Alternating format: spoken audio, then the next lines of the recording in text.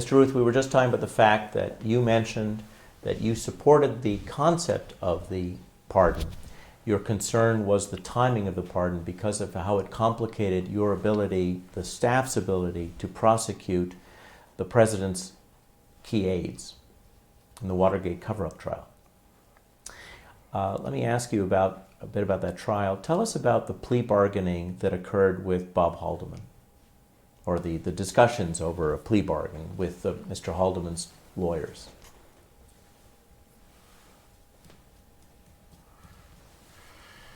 Well, I have to go back in memory. Who were his lawyers? I believe John Wilson. Oh, yeah, John Wilson.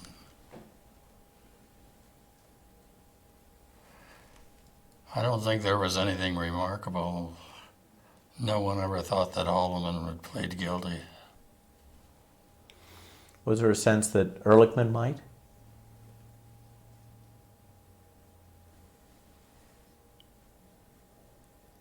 Well, that's all right if there's no... I thought he might, but no more than 10%. Ehrlichman,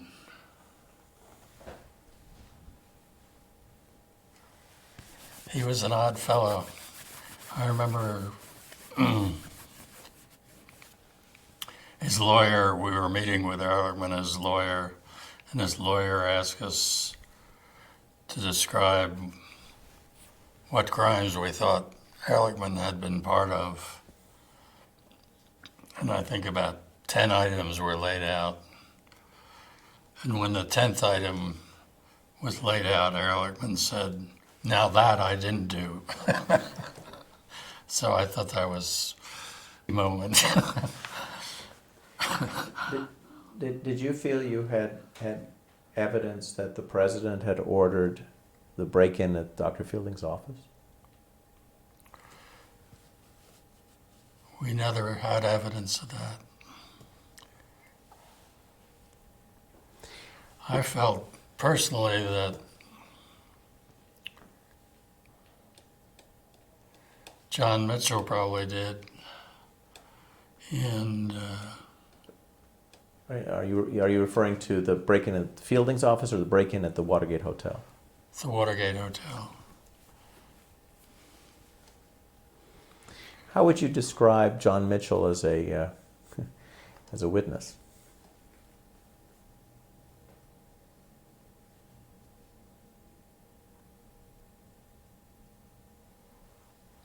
Well, he was very sure of himself. I wouldn't have any other description.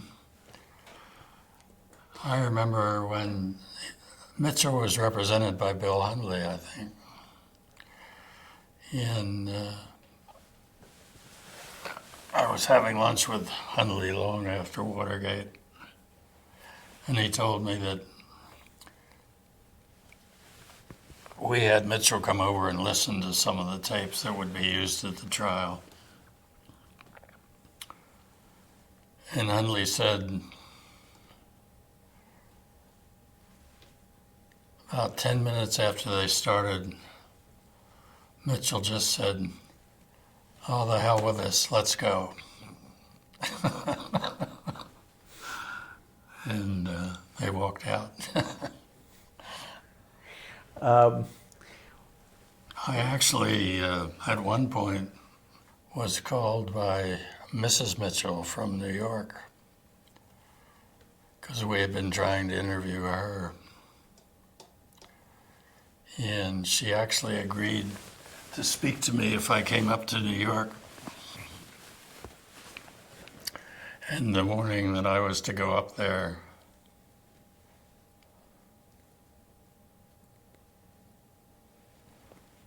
I think our lawyer called me,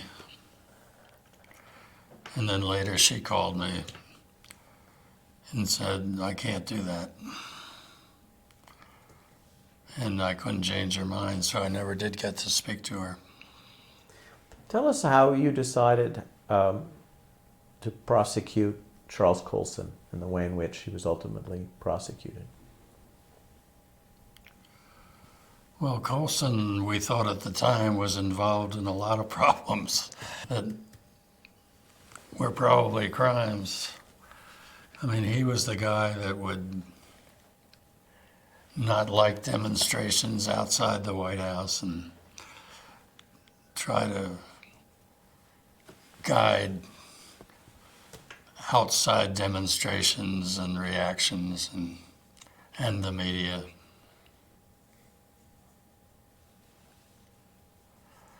I remember talking a lot with Colson, and he was an intriguing individual. But I don't think he ever appreciated how a president should act when in office. And he thought he was treated unfairly, and when we got him to plead guilty,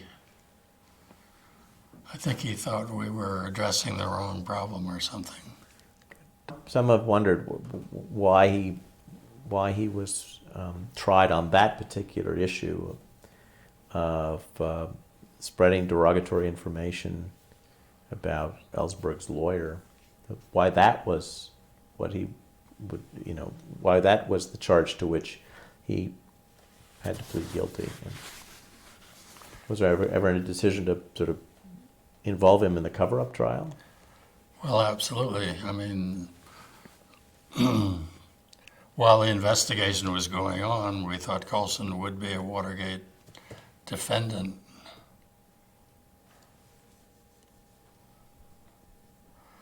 I forget whether his lawyer steered us to... I remember when he pleaded guilty, he was wondering why we had chosen that particular charge. Leon Jaworski, in an interview after all this had happened, described Colson as something like a complete or master fabricator. Did you have a sense of how did you assess the veracity of what he was telling you? Well, I thought lying was no problem to Colson. But I also thought as we got further and further along, I had a sense that he regretted everything. And I wasn't surprised later that he became a very religious person. Tell us what you remember of Jeb Magruder. I don't remember much at all. What do you remember of Gordon Strachan? He was one of the dig in your heels, I didn't do nothing and you can't get me for anything kind of guy. I don't think he had much interest in the truth at the time. Tell us about what you recall of the trial, which ends in early 1975. Well, I had very little to do with the actual trial, although I was special prosecutor at that time. Jim Neal was the principal prosecutor, and I had known Jim from Justice Department days. He was the chief person in the Get Hoffa squad and had prosecuted Jimmy Hoffa. Was one of our touch football guys.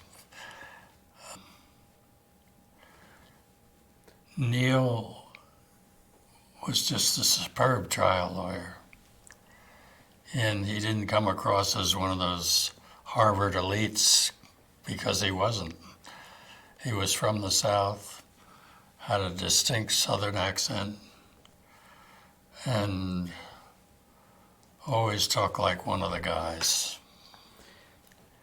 He got very angry with the other members of the Watergate.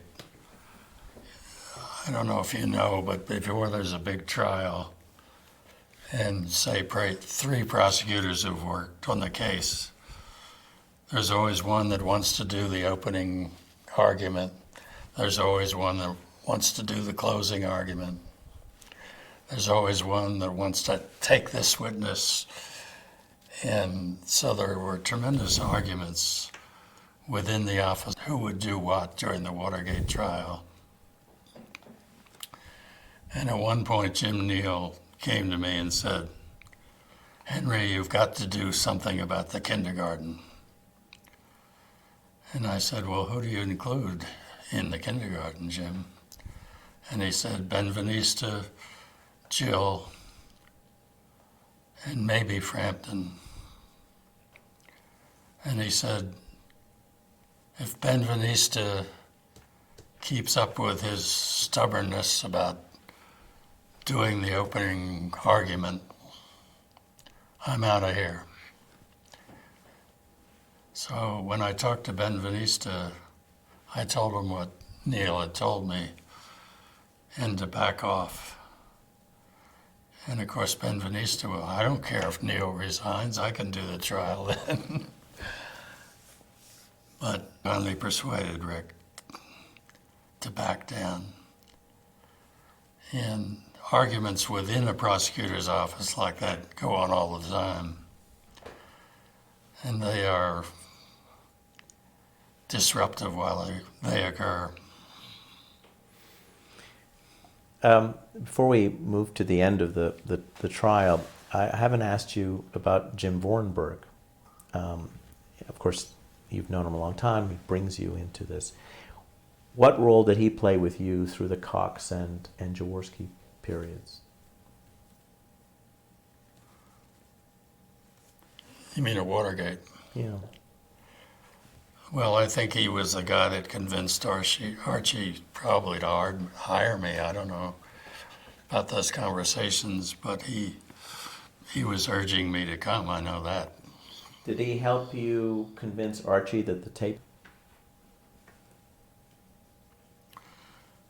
Well, I don't want to mislead you. I never thought that Archie thought the tapes didn't matter. The question was, would it be the end of the case if we never got tapes?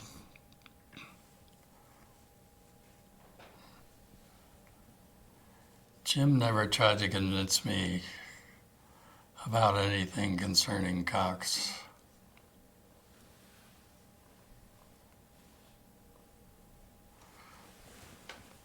I think we regarded Archie differently because I had been a law professor and I knew from talking to guys at Harvard what law faculties were like. And when I first got to Watergate, the staff that had been brought down from Boston were all recent Harvard graduates, practically. And so every issue in the office was like Archie conducting law school class. The pupils sitting around and worshiping him and admiring him and not really challenging him.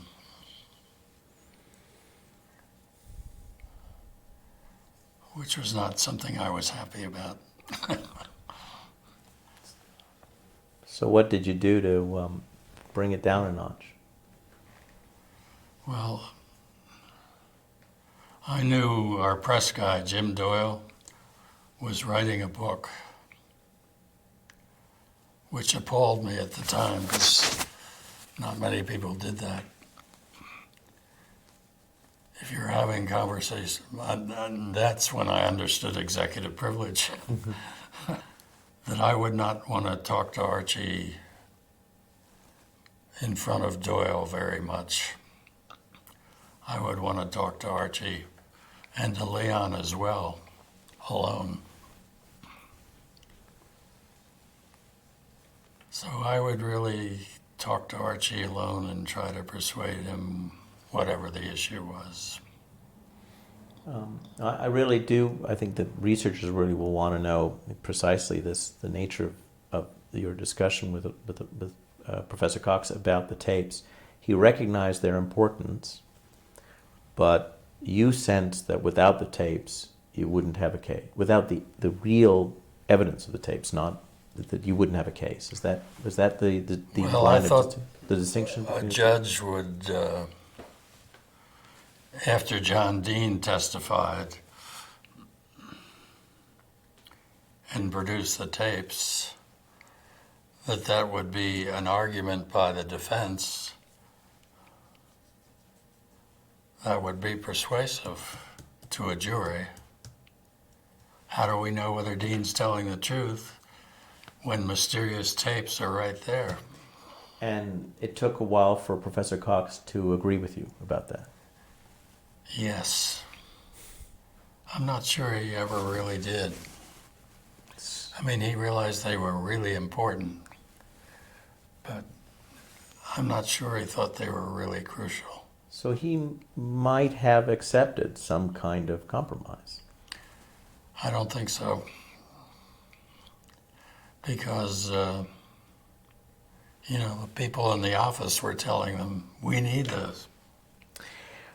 One of the things he says in his press conference in October, on October 20th, 2003, is that the White House had added a new stipulation that he could ask for no further tapes, and gives the impression that that was really what pushes him to say, to stop these discussions about a compromise.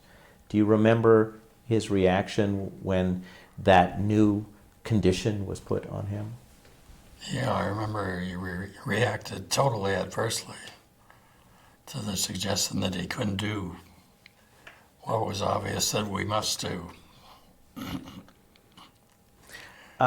Because that included documents as well. So that might have pushed him over the edge. Yeah. To go back to to go forward to the cover-up trial. Now, other people may say differently. Guys like Steve Breyer and other people worshipped Archie. Plus, the Harvard thing comes to the fore. I think for the sake of transparency, Mr. Ruth, we ought to ask you, where did you go to college? Where what? Where did you go to college, Mr. I went to Yale. And I don't care if they beat Harvard or not. I just thought it. But I also went to Penn Law School, and when you practice law, you run into lawyers from a certain firm or a certain background in school that you can tell. You must have gone to Harvard, for example. You can always tell. Tell us about the... By that, I don't mean to diminish the skill of a Harvard lawyer.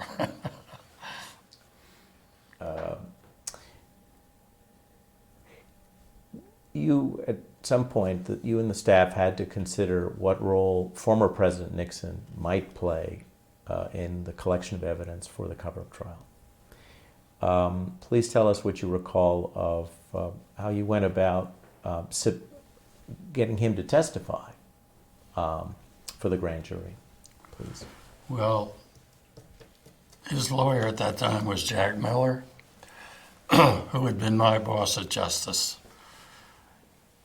And we were after Jack Miller constantly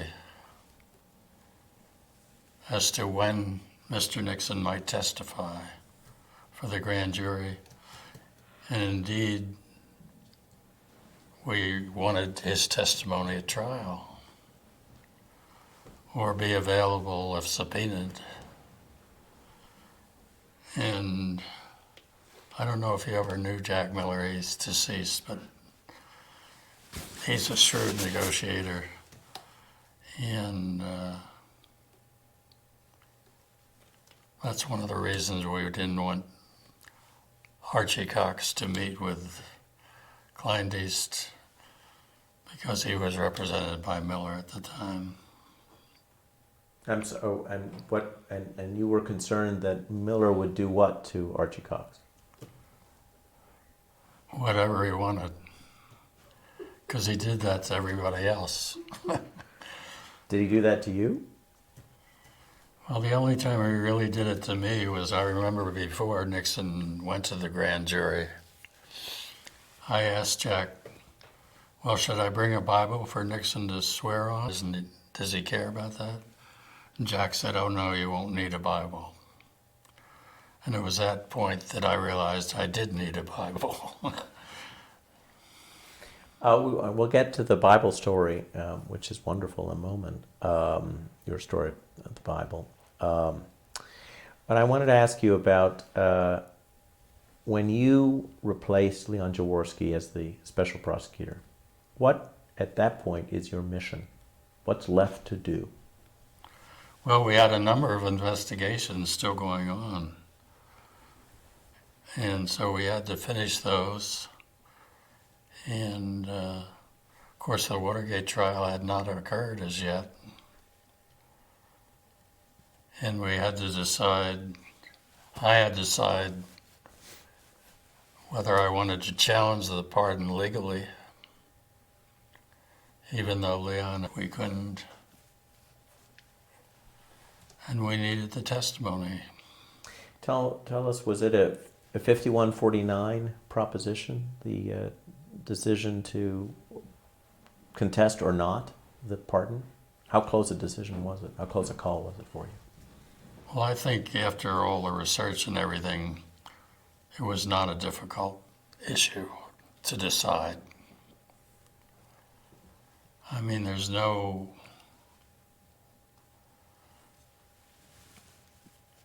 legal limits on the pardon power. But you weren't sure when you took over as... Well, nobody had ever researched it. But you might have, had you found the possibility. Yeah. You remember with Clinton, he pardoned a guy whose trial was pending in the Southern District of New York. And the President Attorney General had said he could do that. Now, I don't know on what basis they had research, but pardoning a person before his felony trial occurs and he has fled to Europe strikes me as not a good thing to do. I believe this is the Mark Rich case, perhaps. Yeah. But that was after Watergate. Yes. Getting the president's testimony, former President Nixon's testimony, what you had to agree to some conditions. In the end, you agreed to some conditions. What were they? Well, we decided that since the Watergate trial occurred and we had nothing involving the trial that was still under investigation, that legally we could not use the grand jury to investigate the Watergate cover-up. And so we had told Jack Miller that we wouldn't question Nixon about that in the grand jury, but we would ask about the 18.5-minute cap in the tapes. You asked about 4 different issues since the grand jury testimony was open just 2 days ago. 18.5-minute gap, the sale of ambassadorships, the Rebozo $100,000, the money from Hughes that Rebozo had some control over, and also the misuse of the IRS. How did you choose those 4? Why were those the 4 things that you were at this point asking the question, asking the president, former president about?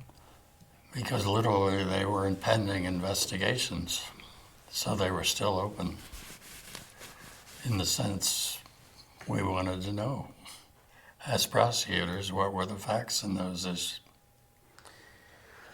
And there weren't, you had determined that there was no one else that you wanted to, or potentially wanted to indict for the cover-up. You felt you had by then had indicted everyone who might have been involved in the cover-up. Well, in Watergate, I never assumed that we knew everything. And given the nature of history, I assumed that other found out after we disappeared. But in fact, we had no more facts to pursue at the time. We never did get access to to the Nixon documents ourselves. We only got replies to things we had asked for and other people had searched for.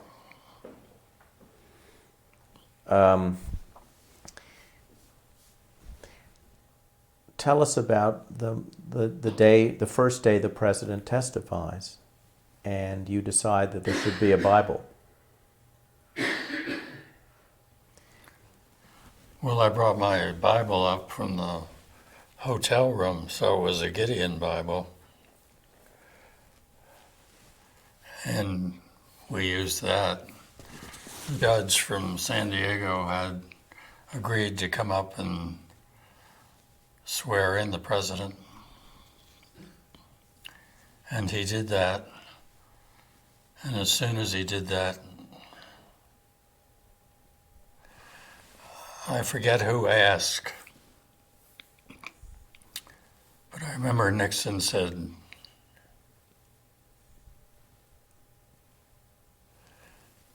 I think the chief judge may have asked for Nixon's autograph or something. And so Mr. Nixon opened the Bible and autographed it to the chief judge and handed the Bible to him. And I talked to the young lawyer representing the president at the time, Stan Mortensen. I talked to him the other day, and he said he and Jack were jokers that they could challenge any indictment of Nixon on the grounds that he'd been sworn in on a stolen Bible. And the judge actually took the Bible. Took the Bible.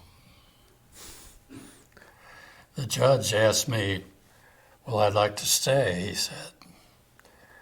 And I said, well, Your Honor, this isn't in the transcript for some reason. I said, Your Honor, you shouldn't stay for grand jury proceedings as a third person. Excuse the reference to third person. And reluctantly, the judge agreed to leave. You replaced the Bible, didn't you? I called the Gideon people when I got back to the office and asked them, how much is your Bible worth? And I sent them a check, Tell us, first of all, where was this held? Where was the testimony, the 2-day testimony held? The testimony was at the right next to Nixon's home in San Diego, or north of San Diego. I think it was a Coast Guard facility. And there was a conference room there that we took testimony. And then the day following the testimony, Richie Davis and I spent a full day asking more questions of Mr. Nixon. How did you select the tape transcripts to bring with you, or to give the president in preparation for this? Well, Jack Miller knew what tapes, what we were interested in, and of course he had access to the tapes. But you're the ones, you supplied transcripts. You supplied your own transcripts for the Watergate Special Prosecution Force transcript. Well, the transcripts, had been used at the trial. Any transcripts that have been used, we did provide. And the president was provided these beforehand to prepare? Yeah, sure. And how long did the negotiations take before the testimony occurred? We're talking about a few months, a few weeks? No, we had months. It was a long time. I started talking to Jack about it. And you recall the president had an illness. Was it phlebitis or something? And then pneumonia. Yeah. And we had gotten at the time of we first started pursuing the testimony, we had asked Mr. Nixon's doctors to tell us about his physical condition and whether it was not a good thing for his health for him to go through this testimony. And when Jack and I worked out the idea to California because of his health, rather than Nixon coming to the Washington grand jury, we gotten permission from Chief Judge Hart to do that and take a couple grand jurors with us. And even then, for a while, Jack was saying, no, health prevents it. And the doctors finally gave us affidavits saying health does not prevent it, but he should not travel to Washington from California.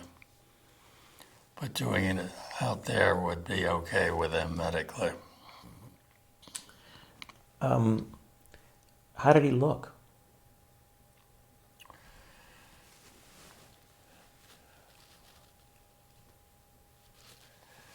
Well, you know, at that time, one had seen Nixon on television so often that I felt I already knew him. So he didn't look ill. He looked tired. And during the testimony, he occasionally was brought medicine. But he looked okay. How would you characterize, this many years later, his testimony?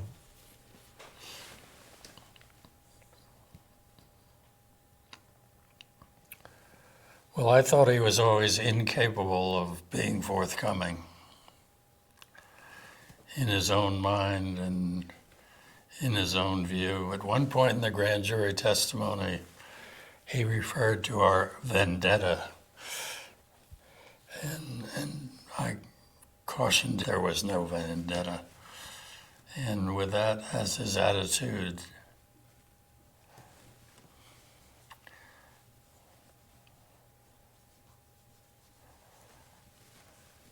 and his sense of history, that I never thought he would be truly forthcoming. After the testimony, was there ever a question of perhaps indicting him? No, nobody thought that we had any evidence of that we could prove.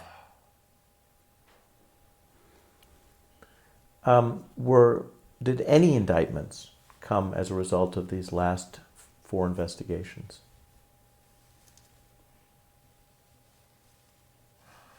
Well, we had some indictments where I can't remember the timing of them, but none of them were based on Mr. Nixon's testimony. Did you manage the John Connolly trial, or that case? Well, I was in charge of the prosecution. Frank Turkheimer, who was one of the Southern District of New York lawyers that we had brought down, was the principal trial lawyer. And Edward Bennett Williams, of course, represented Connolly. What do you remember of that case? Well, I remember that case vividly because actually there's some things I can't talk about that had come up during that investigation.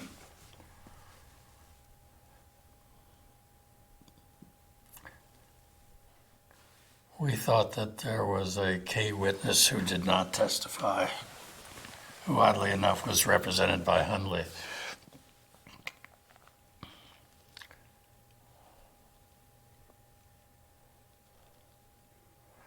And Angie Lano had pursued the guy. So we spent a long time before bringing that case. And I was very reluctant to indict at the time. And I asked anybody in the office, I sent out a memo saying, here's the prosecution memo, which we always did before bringing a case. The chief prosecutor would write a memo why this should be indicted. I sent that memo around the office and asked people whether they agreed that Connolly should be indicted. I wasn't surprised when everybody said yes. So I brought in an outside lawyer who had been a prosecutor recently, and a very good one, and told him to talk to Turkheimer and read the memo and tell me what he thought.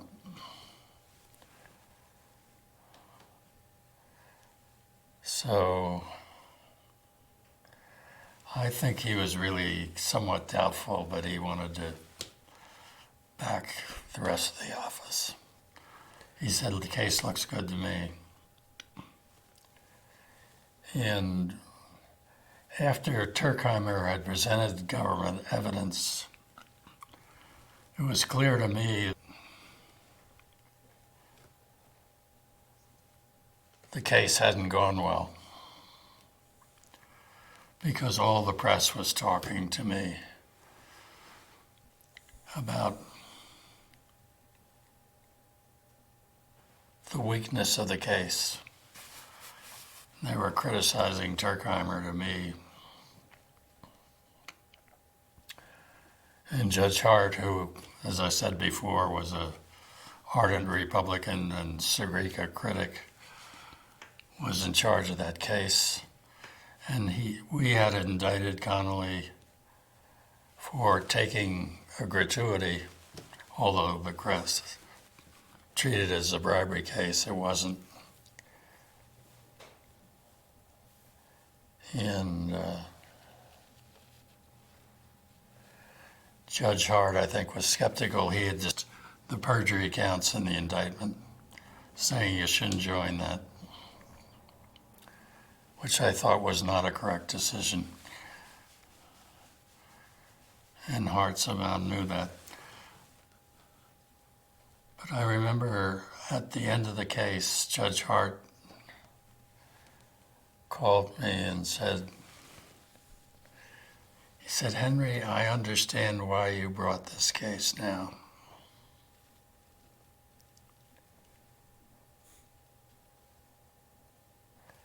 Then the acquittal came in.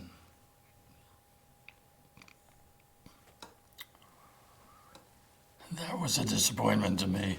Jaworski had decided that he couldn't participate in that case. But of course, he was always asking Frank about it.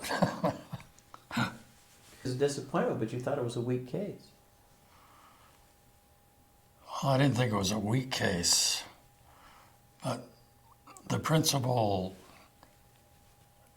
witness for the prosecution had pleaded guilty, and I guess we had agreed, I forget whether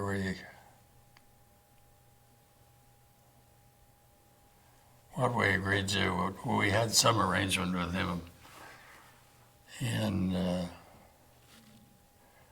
I really didn't like that witness because I interviewed him in the office.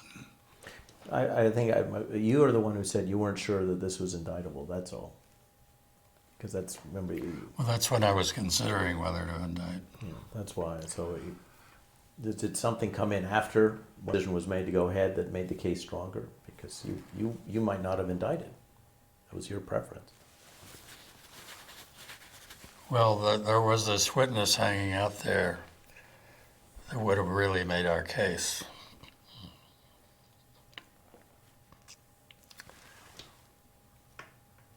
And there were some aspects of the principal witness's testimony